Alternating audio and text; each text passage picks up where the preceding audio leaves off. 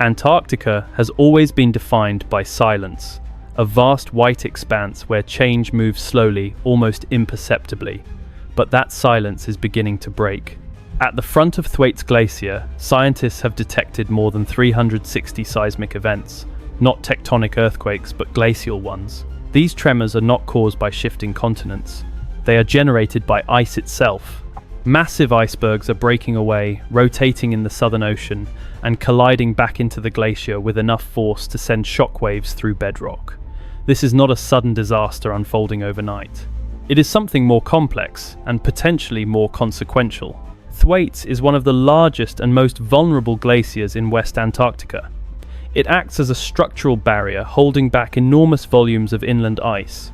Now, researchers are asking a difficult question: are these earthquakes simply part of a natural calving cycle, or are they signs of a glacier entering a fundamentally new state of instability? The ice is no longer quiet. It is sending signals.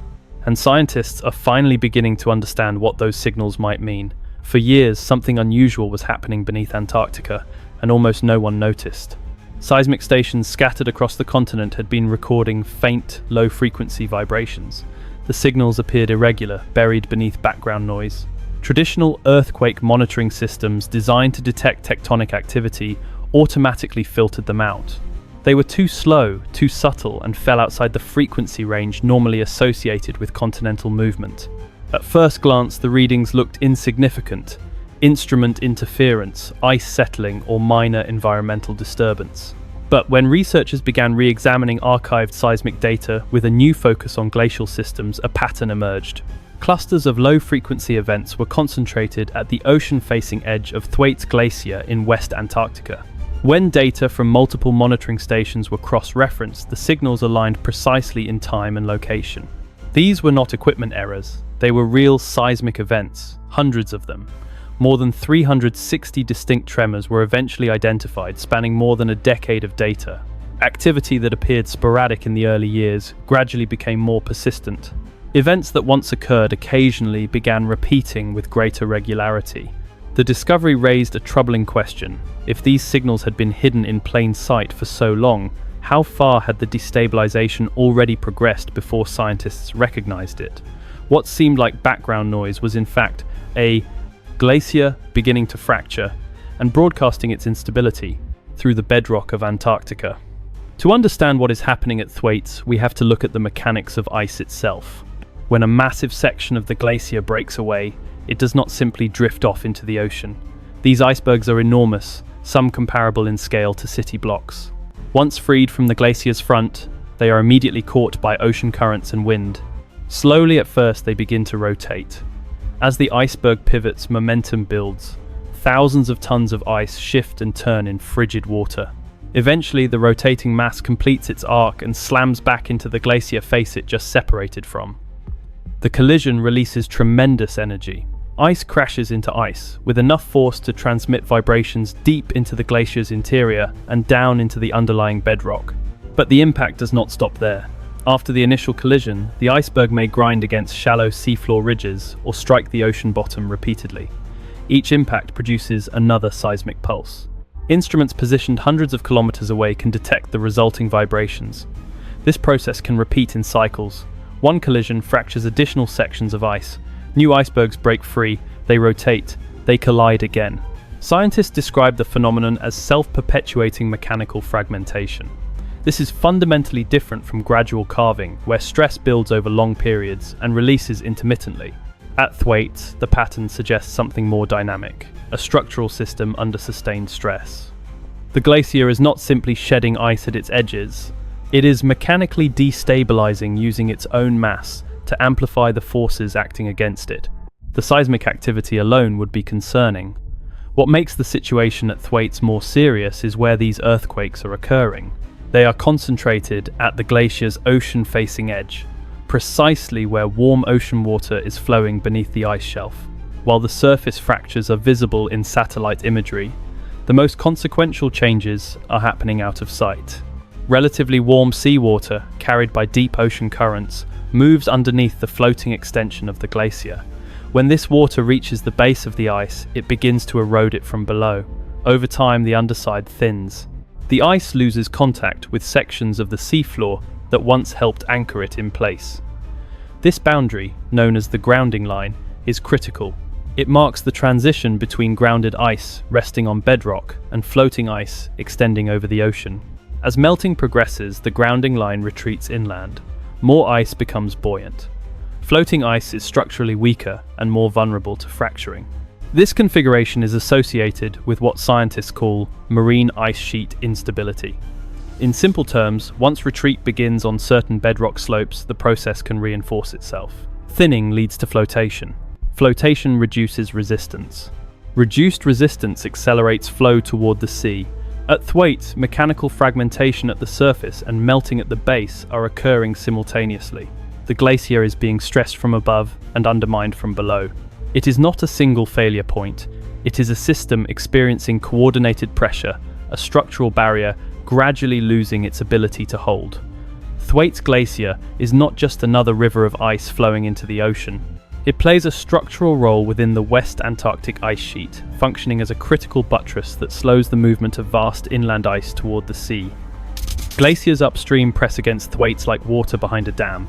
Its mass and position help regulate how quickly ice from the interior of Antarctica can flow outward. As long as this barrier remains relatively stable, it provides resistance that limits large-scale acceleration. If Thwaites were to collapse entirely, its direct contribution to global sea level rise would exceed 0.5 meter. That alone would significantly amplify coastal flooding, intensify storm surge impacts, and strain infrastructure in low-lying regions worldwide. But the larger concern lies beyond its individual contribution. Without Thwaites acting as structural support, neighbouring glaciers could accelerate. Ice currently restrained would encounter less resistance and begin flowing more rapidly into the ocean. Over longer timescales, this chain reaction could unlock a much larger portion of the West Antarctic Ice Sheet. The potential sea level rise from a widespread destabilization is measured in meters, not centimeters. Such change would not unfold overnight, but its long-term implications would reshape coastlines globally. For this reason, scientists often describe Thwaites as a keystone element within Antarctica's ice system. Its stability influences far more than its own mass. It affects the balance of an entire region, and by extension the future configuration of coastal civilization. One of the most difficult questions surrounding Thwaites Glacier is not whether change is occurring, but how quickly it may unfold. No serious researcher is suggesting that a complete collapse will happen tomorrow or next year. Large ice sheets evolve over extended timescales. Current projections indicate that a full structural breakdown of Thwaites could take 1 to 3 centuries to fully develop. However, the timeline does not eliminate concern. Once certain physical thresholds are crossed, particularly involving grounding line retreat and sustained mechanical fragmentation, the process may become self-reinforcing. At that point, slowing or reversing the retreat becomes extremely difficult on human timescales. The scientific debate centers on the pace of acceleration. Some glaciologists emphasize caution, noting uncertainties in modeling complex fracture mechanics at this scale. Others point to observed increases in seismic activity and ice flow speed as signs that destabilization may be advancing more rapidly than earlier models predicted. Importantly, the discussion is about when, not if, significant retreat continues. Climate models are highly effective at estimating melt rates based on temperature trends. They are less precise when forecasting the tipping point at which structural failure accelerates. Thwaites may still take generations to transform dramatically, but the physical processes now underway suggest the system has entered a new phase, one defined by dynamic change rather than long-term equilibrium. The discovery of glacial earthquakes has transformed how scientists monitor Thwaites Glacier. What was once dismissed as background noise is now treated as critical data. Researchers are expanding seismic networks across West Antarctica, deploying instruments capable of detecting extremely low-frequency vibrations that older systems overlooked. Each tremor provides insight into where fractures are forming and how stress is distributed within the ice. Seismic monitoring is now combined with satellite observations that measure ice flow, velocity, surface elevation changes, and grounding line movement. At the same time, oceanographic sensors track the temperature and circulation of warm water flowing beneath the ice shelf. Together, these data streams create a more complete picture of the glacier's mechanical state. Instead of relying solely on surface melt estimates, scientists can now observe how the internal structure responds to stress in near real time. This integrated approach helps refine sea level projections and narrow uncertainty ranges. It does not eliminate unpredictability, but it improves understanding of acceleration patterns and potential thresholds. In a sense, Thwaites is no longer silent or hidden, it is measurable. The glacier is transmitting signals through vibration, flow, and fracture, and researchers are learning how to interpret that language with increasing precision. The changes unfolding at Thwaites Glacier extend far beyond Antarctica.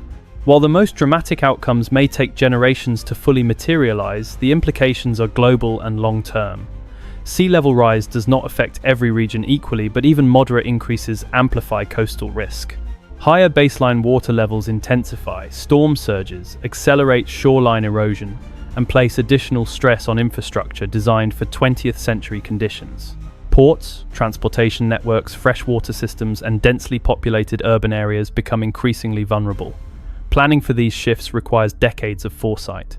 Coastal cities may need redesigned flood defenses, elevated infrastructure, or managed retreat strategies in the most exposed zones. Insurance systems, housing markets, and economic stability are all tied to projections of future sea levels. The challenge is not purely environmental, it is economic and geopolitical.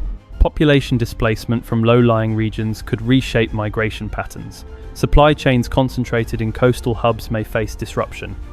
Adaptation costs are projected in the trillions of dollars over time.